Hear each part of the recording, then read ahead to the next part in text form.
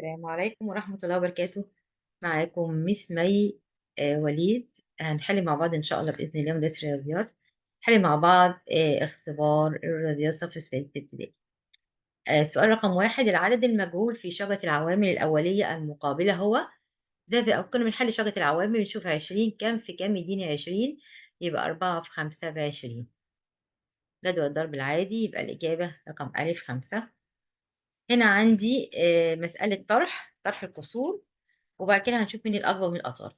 أول حاجة لازم أحل في طرح الكسور، إحنا اتعودنا مع بعض إن أنا لازم أوحد المقامات طالما المقامات مختلفة.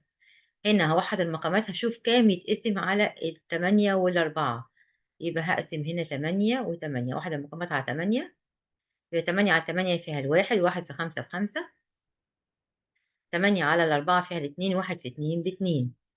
وبعد كده أطرح البسط، 5 - 2 3 على المقام اللي اتوحدناه 8. القاعدة بتقول عندي هنا عندي 3 على 8 وهنا 1 على 8. القاعدة بتقول إيه؟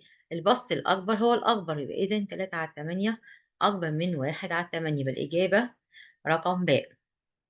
إذا كانت y بتساوي 5x، فهنا المتغير المستقل هو إيه؟ زي ما اتعودنا إن الواي ده المتغير التابع، يبقى الإكس هو المتغير المستقل. في المعادلة y بتساوي 3x، وكانت قيمة x تساوي 6، فإن قيمة y كام؟ هنحل المعادلة مع بعض. هنقول y هتساوي 3x، هنشيل الx ونحط مكانها القيمة بتاعتها 6، يبقى 3 في 6 ب18، يبقى الإجابة رقم ج. الثابت في المقدار الجبري هو، دي طبعا ده مقدار جبري فيه 3 حدود، ده حد الأول، حد التاني، حد التالت. الثابت هو المقدار هو رقم 2.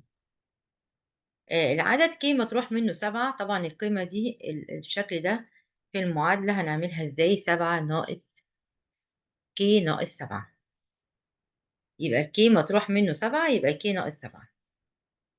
السؤال السابع: قيمة المقدار الجبري 2 ام ناقص 5 عندما تكون الام بيساوي 3.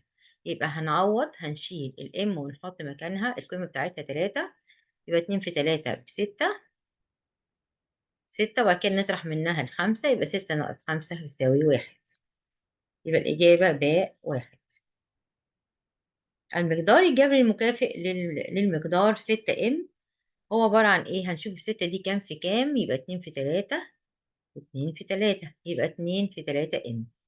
الإجابة رقم أ. ارتفاع إحدى العمارات 30 متر فوق سطح البحر يمثله العدد ايه؟ طالما قلنا فوق سطح البحر يبقى بالموجب، يبقى هناخد ال30 موجب. لو قلنا تحت سطح البحر يبقى بالسالب. المعكوس الجمعي لسالب 10 هو طبعا 10. طيب القيمة المطلقة لسالب 25 طبعا هتطلع من القيمة المطلقة بالموجب، يبقى 25. العدد -20 مجموعة الأعداد الصحيحة، هنقول ينتمي ولا جزئية ولا غير، لا ينتمي ولا غير جزئية. طبعا لما يكون عدد مع مجموعة يبقى نقول ينتمي، يبقى العدد -20 ينتمي لمجموعة الأعداد الصحيحة. السؤال: المدى للقيم. المدى طبعا بنقوله القاعدة بتاعته على طول المعروفة، يبقى المدى هيساوي أكبر قيمة ناقص أصغر قيمة.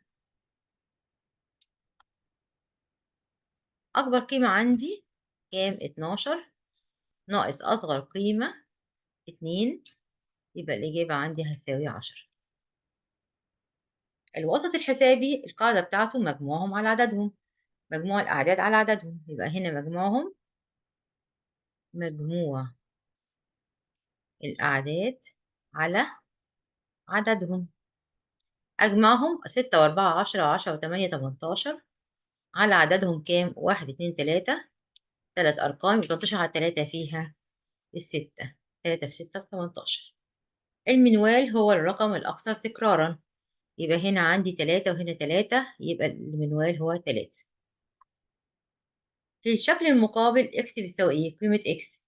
هنحل الشكل المقابل عندي، يبقى هنا عندي 2 إكس، 2 إكس هتساوي نعدهم 6، إذا الإكس هتساوي 3، يبقى الإجابة ب.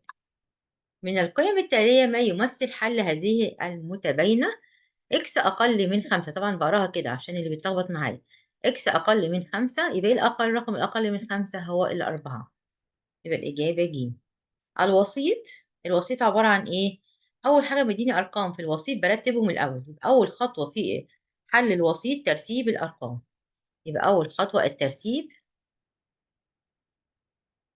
من أصغر لأكبر مش فارق معايا، هنقول مثلا 2 3 4 5 7. بعد كده ده عدد، دي كام أعداد؟ أعداد فردية، 1 2 3 4 5. الخمسة ده عدد فردي، يبقى إذا الوسيط هو الرقم اللي في النص، 2 على اليمين و2 على اليسار والوسيط هو اللي في النص، يبقى رقم 4. الإجابة د.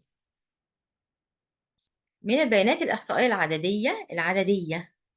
العددية طبعا اللي فيها أرقام، يبقى هي العمر، ليست الديانة ولا مكان الميلاد ولا فصيلة الدم، هي الإجابة رقم ألف.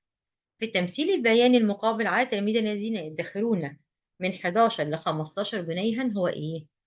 ده عندنا التمثيل أهو، أدي 11 ل 15 جنيها عددهم كام؟ 8 تلاميذ، يبقى الإجابة ألف، 8 تلاميذ. شكرا لكم على حسن استماعكم، وأرجو أن أكون فدتكم إن شاء الله وحلينا الاختبار وبالنجاح والتفوق يا أبنائي الطلبة والطالبات. شكرا لكم.